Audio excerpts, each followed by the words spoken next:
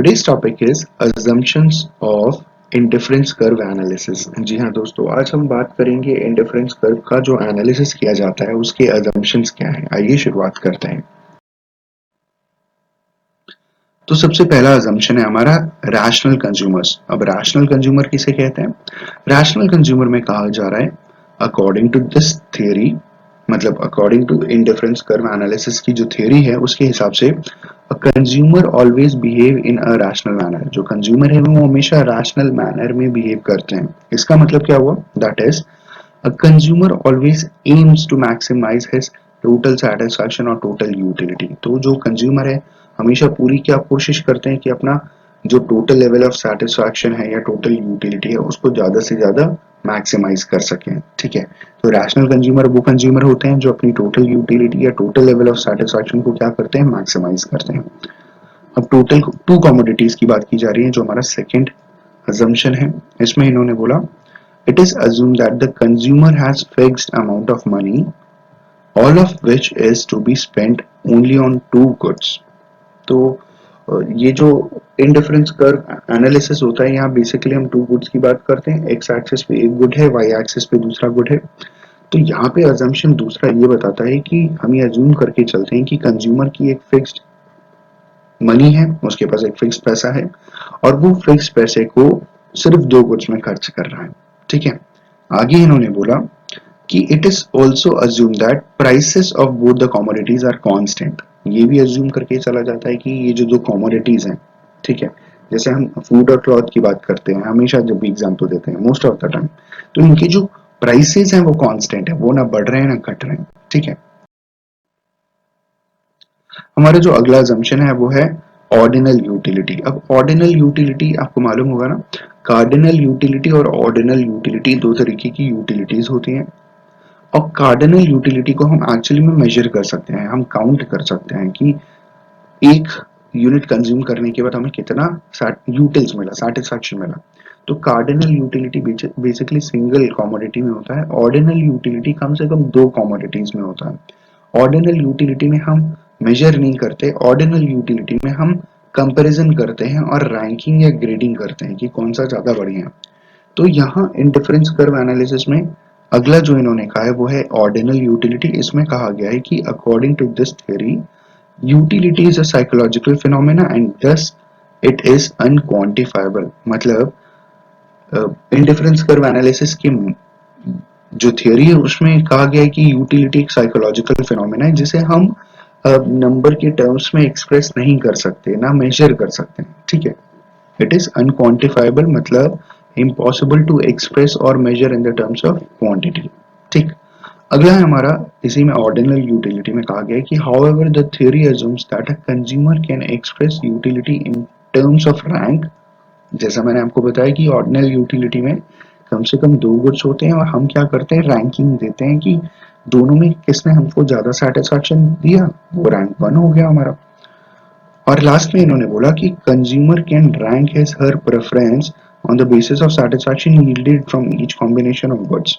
तो क्योंकि ये इंडिफरेंस कर्व में बेसिकली कॉम्बिनेशन ऑफ गुड्स की बात की जाती है, कॉम्बिनेशन ए कॉम्बिनेशन बी हमने पढ़ा है इंडिफरेंस शेड्यूल में। तो यहाँ पे हम रैंक क्या कर सकते हैं कि जो कॉम्बिनेशन ऑफ गुड हमको ज्यादा सेटिस्फैक्शन प्रोवाइड करा रहा है उसको हम रैंक कर सकते हैं उस हिसाब से। ठीक है, आगे बढ़ते हैं हम। अगला जो हमारा assumption है वो है नॉन सेटाइटी। अब नॉन सेटाइटी का मतलब होता है, सेटाइटी मींस सैचुरेशन। ठीक है, सेटाइटी का मतलब क्या होता है? सैचुरेशन। तो नॉन सेटाइटी का मतलब क्या हुआ? अभी आप सैचुरेशन पॉइंट पे नहीं पहुंचे। अभी सैचुरेशन पॉइंट क्या होता है? देखिए सैचुरेशन पॉइंट में बेसिकली होता क्या है कि डिफरेंस कर्व एनालिसिस में हम दो कॉम्बिनेशन लेते हैं दो अलग अलग गुड्स के। ठीक है, एक गुड एक्स हो गया, एक गुड वाई हो गया। हम क्या मान करके चलते हैं कि सैचुरेशन पॉइंट का मतलब आप हिंदी में ऐसा समझिएगा कि मन भर गया, अब हमें इसकी जरूरत नहीं है।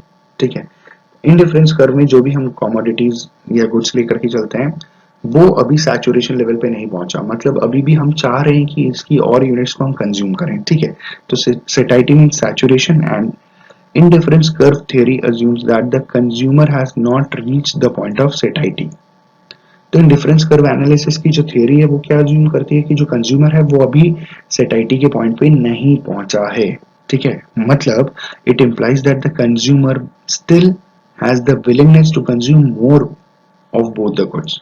तो जो कंज्यूमर है वो अभी भी चाह रहा है कि दोनों गुड्स को और ज्यादा से ज्यादा वो कंज्यूम करें, ठीक है। और लास्ट में कह रहे हैं the consumer always tends to move to higher indifference curve seeking for higher satisfaction.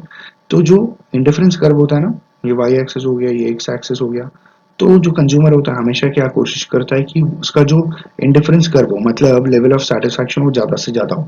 जितना ऊपर इंडिफरेंस कर्व बनेगा उतना ज्यादा उसे जो कंज्यूमर है उसको सेटिस्फैक्शन मिलेगा। तो ठीक है, आप समझ रहे होंगे नॉन सेटाइटी का मतलब क्या हुआ। अब आगे बढ़ते हैं, चलिए। इसके बाद अगला जो हमारा assumption है वो है diminishing marginal rate of substitution, ठीक है। अब diminishing marginal rate of substitution का मतलब क्या होता है ये समझते हैं। इन्होंने बोला कि marginal rate of substitution may be defined as, marginal rate of substitution का एक्चुअली मतलब क्या होता है, the amount of a commodity that a consumer is willing to trade off for another commodity as long as second commodity provides same level of utility as the first one। मतलब जैसा कि आप सभी जानते हैं कि इंडिफरेंस कर्व एनालिसिस में हम दो कमोडिटीज की बात करते हैं, तो और यहाँ पे अलग अलग ग्रुप्स बनाए जाते हैं जहाँ पे इन दोनों कमोडिटीज का ग्रुप तैयार किया जाता है जहाँ पे almost same level of satisfaction मिलता है, ठीक है।